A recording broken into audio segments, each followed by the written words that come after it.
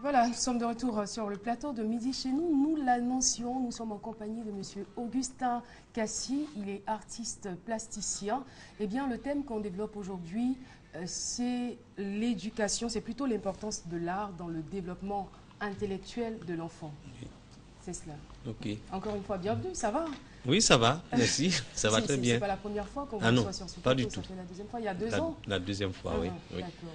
Ok, disons que, vous savez, l'enfant, c'est quand même un être assez frais. Un être frêle, mais frais quand même au niveau de son intellectuel, de son intellect, excusez-moi, capable de pouvoir retenir presque tout ce qu'on lui dit. Capable aussi de suivre tout ce qu'on lui demande de faire, contrairement à nous autres adultes qui sommes un peu déjà fatigués. Il a une faculté, il a une capacité d'assimiler les choses plus rapidement. Effectivement, voilà. Et donc différentes choses à la fois. D'accord, on y reviendra certainement, mais on veut tout simplement, dans un premier temps, s'intéresser à vous, Oui. à votre carrière, parce que nous savons que ça fait, on l'a dit, hein, plus de 30 ans que vous êtes dans le domaine, et on vous connaissait plutôt pour votre passion de la femme. Oui. Vous aimiez dessiner, vous aimiez peindre la femme, mais surtout la femme africaine, la femme dans toute sa splendeur, la femme avec ses rondeurs. Oui. Alors, qu'est-ce qui justifie aujourd'hui le choix de l'enfant? Avez-vous abandonné la peinture de la femme? Non, je ne dirais pas au détriment, mais pour vous intéresser à l'enfant? Pas du tout. En l'artiste, il y a deux autres êtres, c'est-à-dire l'artiste plasticien, le peintre, celui qui travaille pour vivre de son art, et il y a celui qui éduque, hein, il y a celui qui forme aussi, et vous celui qui encadre. Vous vous inscrivez où? Non, j'ai les deux. Les deux. Hein. J'ai les deux, voilà. Donc c'est au titre des deux que je suis là. D'accord. Donc on revient à la question par rapport à l'enfant, ou bien c'est ces deux facultés qui vous permettent de jongler? Disons qu'il y a une première faculté qui m'a amené à m'intéresser à l'autre. C'est-à-dire que, en tant qu'artiste, moi-même, je me disais que je n'étais pas compris. Je n'étais pas assez compris. Ah bon? Voilà, d'abord, enfant, moi-même, quand je m'intéressais à l'art, les parents n'étaient pas d'accord. Tout le village n'était pas d'accord. Il fallait aller à l'école. Il fallait aller à l'école, devenir fonctionnaire. Et à l'époque, on avait comme fonctionnaire devant nous, c'était les agents de sous-préfecture, les dactylographes et tout ça, ou alors les instituteurs, ou plus loin les professeurs. Donc quand tu vas à l'école, c'est pour devenir dactylographe ou instituteur ou plus loin professeur. Et nous qui avions quelques notions d'art, qui essayions de pratiquer l'art que les gens ne comprenaient pas trop, on nous disait non, c'est pas pour ça qu'on t'a envoyé à l'école. Donc plus tard, en réalité, quand je suis devenu artiste, j'ai pensé à ce que j'ai subi quand j'étais tout petit. Et donc cela m'a amené à créer un petit système permettant d'abord aux gens de comprendre que l'enfant qui naît, son premier langage, c'est d'abord l'art. Il pousse des petits cris, il a envie de chanter, il a envie de dire des choses, mais on n'entend pas. Vous trouvez quelque chose d'artistique dans les cris de l'enfant? D'ailleurs, l'enfant, quand il pousse des cris, avant même d'appeler papa ou maman, vous avez tendance à penser qu'il vous suit dans ce que vous dites, et puis vous répondre, et puis c'est des petits cris qui ressemblent souvent à des chansons, qui ressemblent souvent à des choses qui n'ont pas de sens réellement. Et un peu comme au niveau plastique aussi, l'enfant qui commence à... Moi j'aime bien les bridouilles. Oui, quand l'enfant bridouille, je suis fan, c'est beau. C'est vrai, je vous rejoins lorsque vous dites que vous êtes qu'il y a quelque chose d'artistique dans cela. C'est beau. Oui, c'est vrai qu'on c'est pas perceptible, mais c'est agréable. Ça crée l'émotion. Oui, parce que l'enfant est en train de s'extérioriser et donc il a envie de dire des choses, il a envie de faire des choses.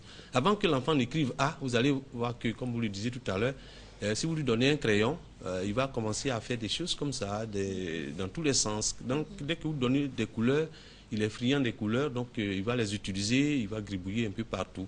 Ça, c'est les premières bases de son développement plus tard.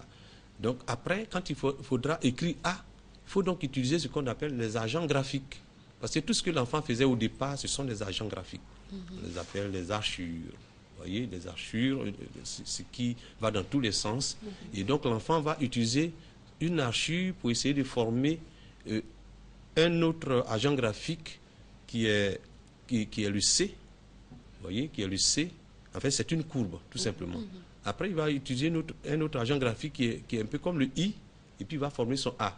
Donc, quand vous dites à l'enfant, viens écrire A, il est un peu dérangé. Si tu lui dis, dessine A, pour lui, c'est comme il s'amusait. Donc, on lui dit de dessiner, donc il va dessiner facilement A. Donc, c'est un peu comme ça que tout enfant apprend. Il faut toujours que l'enfant apprenne dans le jeu et non dans la pression où il a comme l'impression qu'on le met en compétition avec quelqu'un. Ben, vous êtes aussi encadreur, vous encadrez des enfants au niveau de votre ONG. Oui. Mais je veux dire, qu'est-ce que vous retirez dans cette activité? Ce que je retire, c'est que je me forme moi-même en formant les enfants. Hein, parce que tout ce que je suis en train de vous dire, ce n'est que des expériences vécues. Est-ce que vous pouvez bien nous expliquer cela? Parce que vous donnez une formation, mais vous dites qu'en donnant cette formation, vous, en retour, vous recevez quelque chose, vous recevez une autre formation. Comment cela peut s'expliquer? Je vais vous expliquer que d'abord, les arts, au début, c'était, par exemple, par rapport à la formation, c'était les beaux-arts. Il y avait des écoles qu'on appelait des écoles des beaux-arts. Aujourd'hui, les arts, ce n'est plus seulement le beau. Donc, pour faire les beaux-arts, il fallait être très doué en technique. Donc, l'art, d'abord, ça vient de la technique. Ça vient du savoir-faire. Hein, ça vient de tout ce qui est fin, de tout ce qui est beau. Et plus tard, on dit que l'art, c'est ce qui est du beau et qui s'associe à l'esprit d'imagination et de la créativité. Donc, finalement, par rapport à cette créativité-là, moi, je peux créer quelque chose qui est non beau, qui peut être beau pour vous et non beau pour vous aussi. Donc, en fait, là, ce n'est plus seulement le beau. Mais je pense que pour l'éducation et la formation des enfants... On voit des photos voilà, là, donc là, à l'écran, vous voyez, les enfants sont en train de fabriquer des choses à partir du papier, des crépons, des papiers de revues déchirés, pour fabriquer des choses de leurs 10 doigts. Ils sont guidés par vous? Ils sont guidés par mes encadreurs, qui sont pour la plupart des étudiants dans des centres et écoles des beaux-arts. Voilà, donc quand un atelier commence, c'est près de 250 encadreurs, étudiants, qui vont dans tous les sens, dans les villes, dans les villages, dans les communes, et qui, voilà, aujourd'hui, celui qui a arrêté là, il est professeur d'art plastique, professeur certifié d'art plastique, et donc, vous voyez, ça c'est un peu les créations des enfants. Quand l'enfant déjà a eu à faire le graphisme, il a appris le langage des couleurs, après on va lui demander de créer une peinture selon un terme qu'on lui a donné. Là c'est par exemple la santé, un droit pour tous. Donc l'enfant qui est là est en train de mettre sur sa toile tout ce qui est pour lui le symbole, voilà, le symbole qui rappelle la santé. Voilà. Donc c'est un peu comme ça que toutes les vacances plutôt, je rassemble des milliers d'enfants et que j'encadre et c'est un peu comme ça qu'on détecte les talents. Est-ce qu'il n'y a pas une intention cachée derrière ce que vous êtes en train de faire? Est-ce que vous n'êtes pas en train de communiquer cet art-là aux enfants? Parce que vous parlez de développement intellectuel. J'aimerais bien que vous puissiez nous expliquer le rapport entre l'art, entre la peinture et le développement intellectuel. Est-ce que ce n'est pas des futurs artistes là, des gens peut-être parmi eux, il y a des médecins, des enseignants, mais qui voudront faire ce que vous faites parce que déjà la passion leur a été communiquée depuis la tendre enfance. Ok, je vous comprends très bien. Moi, je suis artiste plasticien. C'est ce que j'ai choisi comme métier. Mais en chacun se trouve quelque chose qui est artistique quelque part, même dans le médecin. Le médecin, par exemple, le médecin plasticien, le médecin chirurgien plasticien, il a besoin de savoir construire comme les enfants sont en train de le faire avec le modélage. Quelqu'un a fait un accident, il faut réparer le visage. Il a besoin d'être artiste d'abord, avant de pouvoir faire son travail de plasticien, réparateur de visage ou d'autres choses. Donc en tout, il y a l'art. Même dans la caméra qui nous prend, il y a d'abord eu le passage de l'artiste qui a dessiné toutes les pièces pièce par pièce avant que ça ne soit monté. Le plateau que nous avons en face de nous, enfin, dans lequel nous sommes, ce beau plateau, il a été conçu par un artiste, tout simplement. Nos habits, c'est des artistes. Les stylistes, les modélistes sont des artistes. Tout le décor qui nous entoure, toutes les lumières, c'est de l'art. Donc l'art, pour vous, est au commencement de toute chose. L'art est au commencement. Dieu est le premier artiste qui a créé l'homme. Et ce que Dieu a de plus que nous, les artistes, c'est le souffle de vie qu'il a donné. Madame Yedreux dira autre chose? Non, j'aborde dans son sens. Dans le même sens. Oui, il a tout à fait raison. Hein. En chacun de nous se cache un artiste. Maintenant, chez certains, c'est beaucoup plus développé au point de l'extérioriser.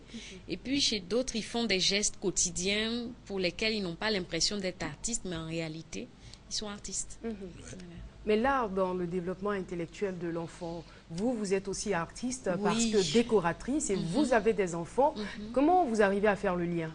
Ben, déjà, l'enfant est beaucoup plus créatif, il est imaginatif. Et comme il l'a dit, si je prends moi le cas de ma fille, elle apprend mieux ses leçons en chantant que quand on lui impose d'apprendre ses leçons ou bien de réciter ses leçons. Donc, elle crée une mélodie autour de toutes ces phrases qu'elle doit apprendre. Et puis, ça passe mieux. Et après, moi, quand je la challenge, c'est en chantant qu'on récite les leçons. Et c'est très beau, ça. Alors, on a des toiles sur le plateau. Oui. Et essayez de nous en dire plus. Oui, ces toiles-là sont deux toiles réalisées, une à Grand Bassam et l'autre au Zoo, le quartier qui n'a pas de nom, qui se trouve à côté du Zoo, un quartier précaire. Et donc, on a demandé aux enfants de parler des biens communs. L'enfant doit pouvoir, sur cette toile-là, peindre, dessiner et peindre tout ce qui est pour lui bien commun.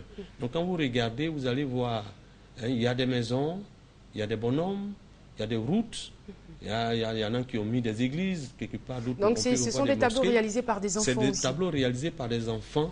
Et là, on leur a imposé 3 couleurs, le bleu, le jaune et le blanc. Donc, Pourquoi le choix de ces couleurs?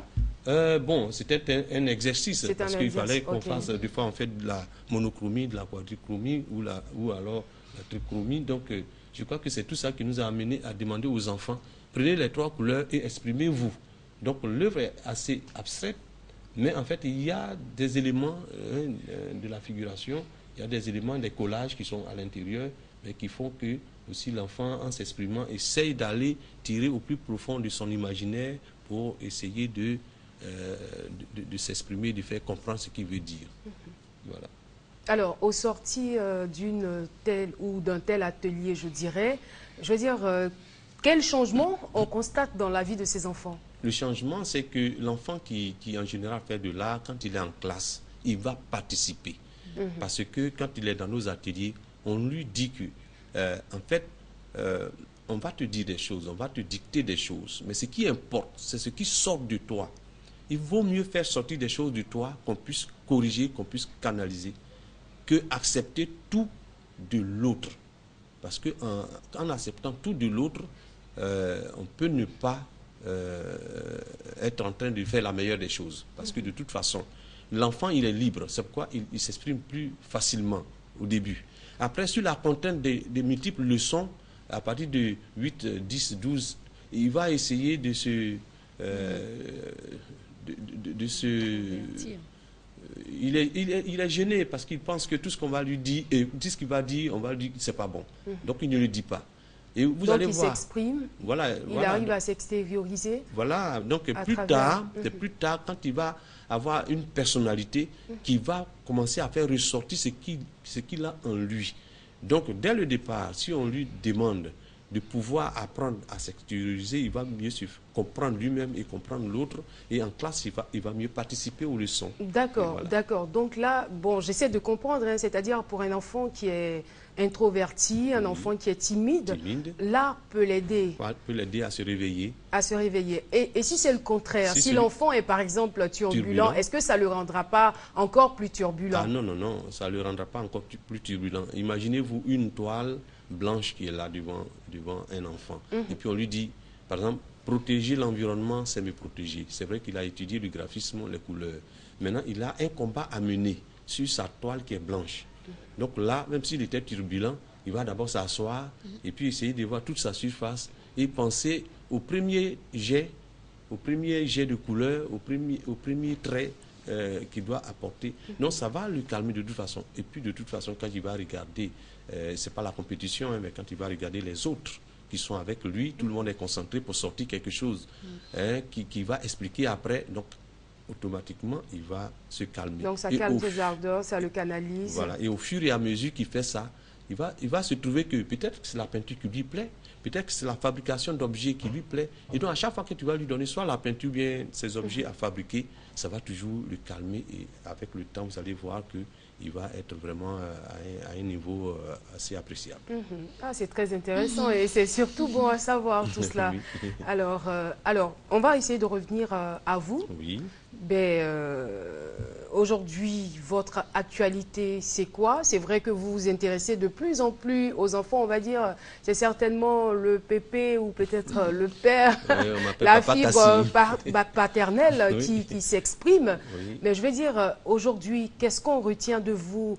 Qu'est-ce que vous retenez vous-même de ces 30 ans de carrière? Quels sont les faits qui vous ont marqué tout au long de votre carrière? Est-ce que vous êtes parvenu à vous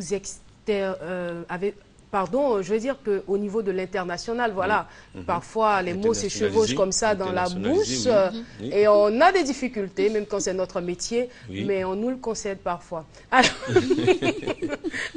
Alors, donc, je veux dire, au niveau de votre carrière, expliquez-nous un peu ce qu'on peut retenir. D'abord, je vais vous expliquer que c'est vrai, les parents ne voulaient pas au début. Bon, les maîtres ont insisté. J'ai eu la chance d'avoir une grand-mère qui m'a appuyé. Et puis, dès l'âge de 15 ans, voici l'artiste professionnel. Voilà, j'ai commencé mes premières expositions à l'âge de 15 ans en France.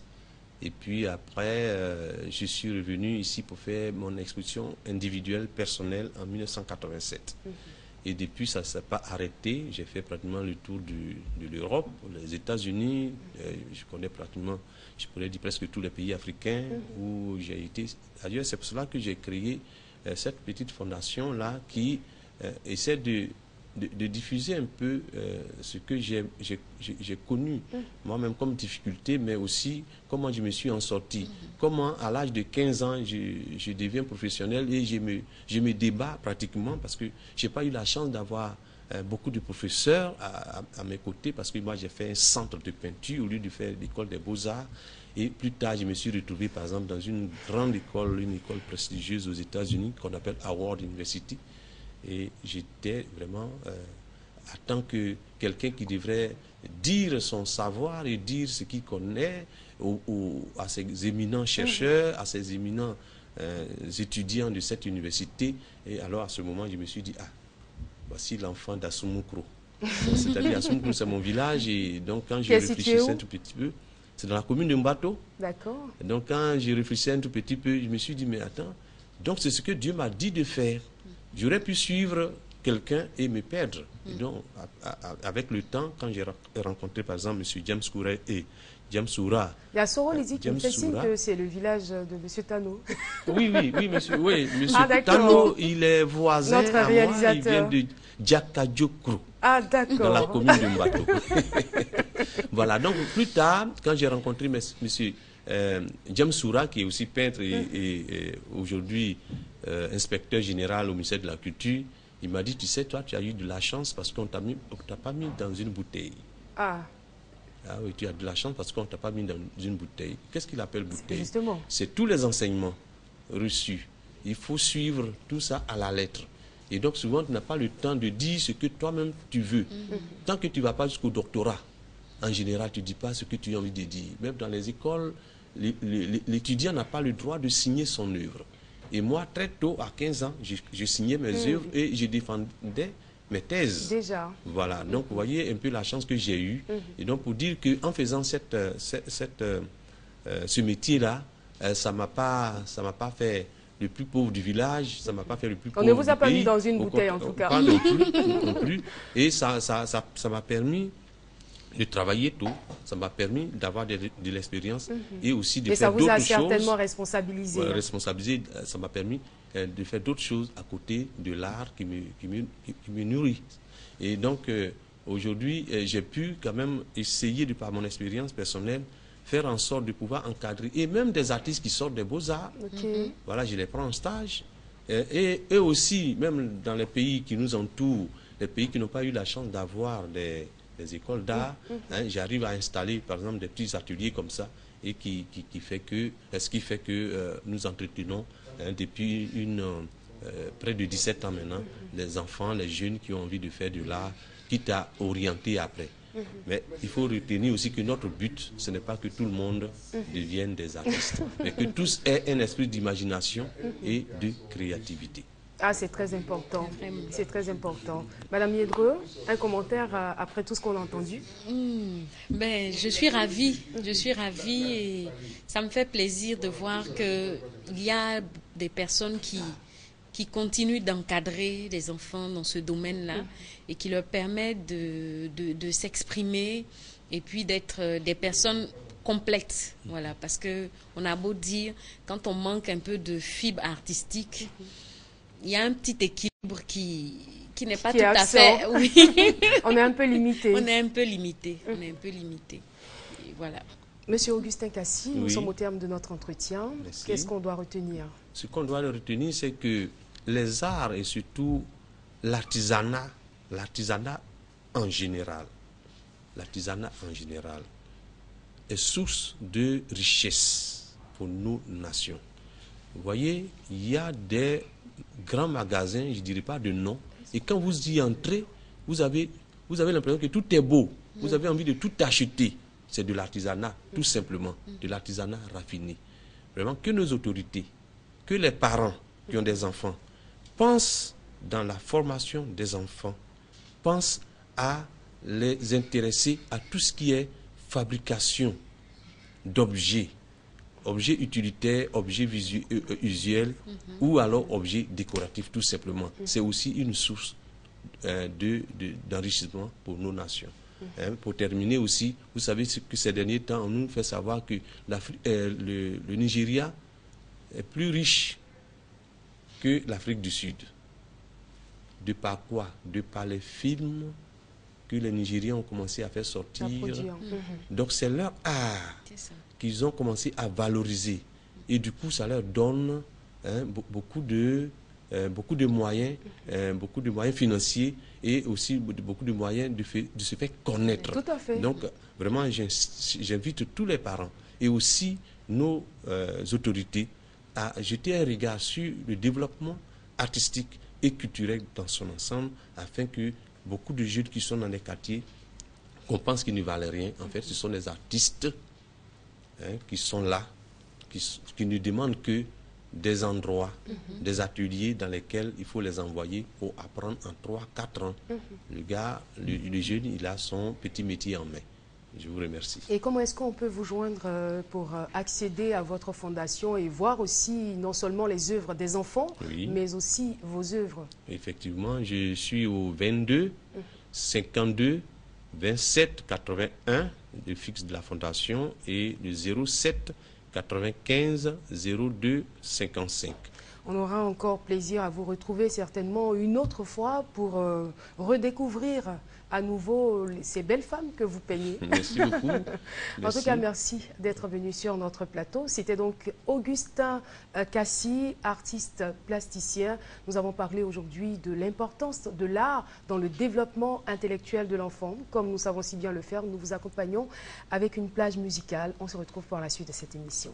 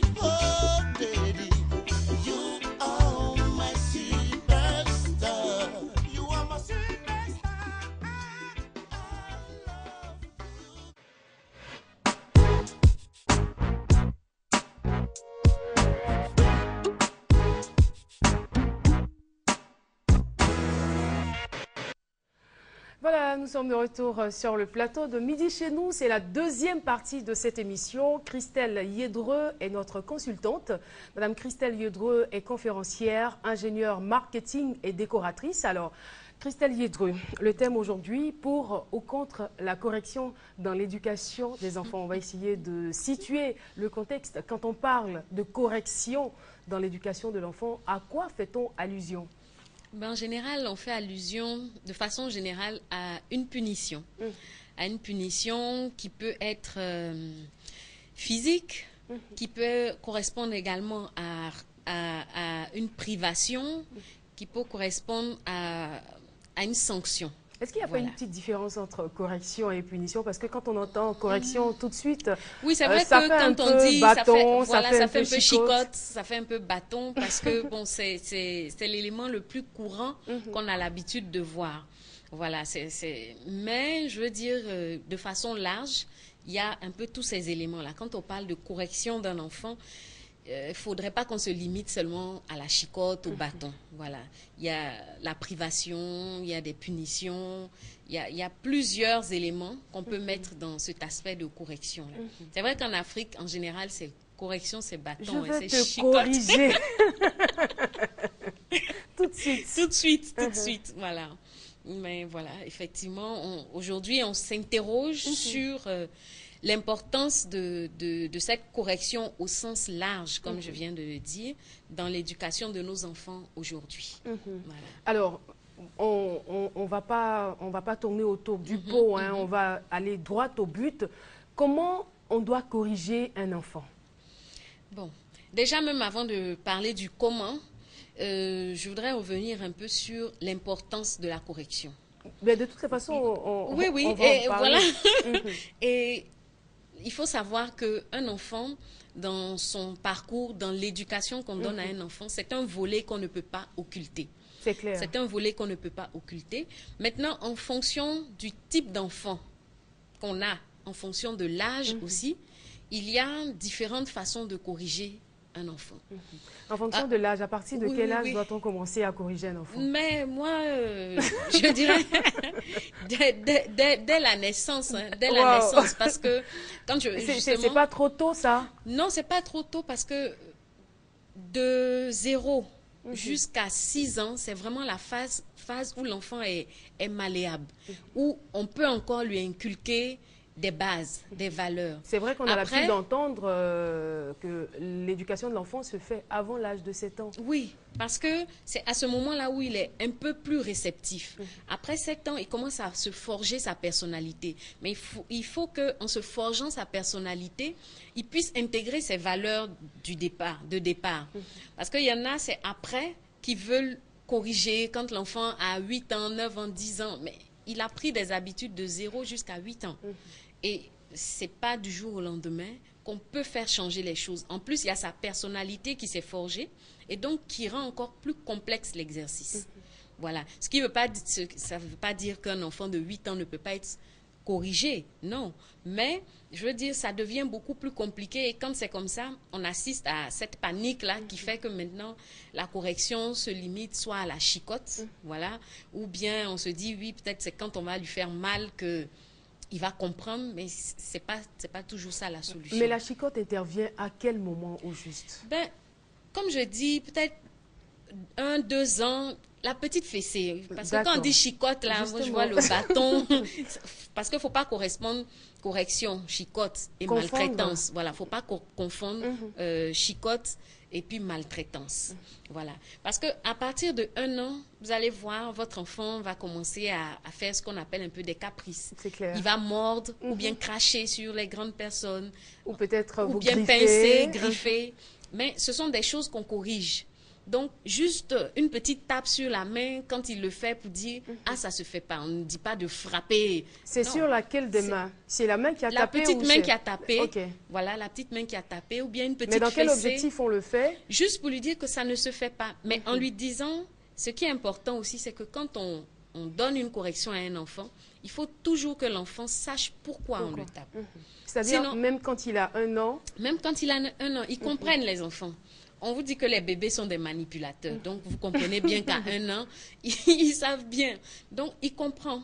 C'est-à-dire, au premier geste, on ne dit pas de taper tout de suite. On lui explique, ça ne se fait pas. On ne tape pas les grands, on ne crache pas sur les grands. On lui dit ça gentiment. À la prochaine bêtise, tu auras la fessée. Voilà. Et juste un petit... Souvent, l'enfant pleure, pas parce qu'on l'a tapé violemment, mais juste parce qu'il a compris que c'est la colère de sa mère qu'elle a exprimée. Voilà. Donc, c'est important de commencer dès le départ.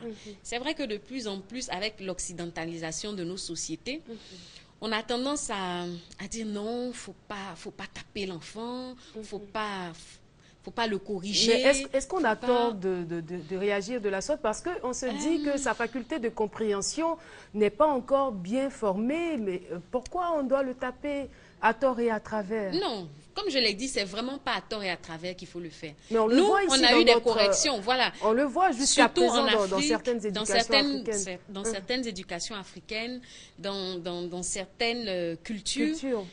Effectivement, on frappe les enfants à tort et à travers. Et c'est ce qui n'est pas bon.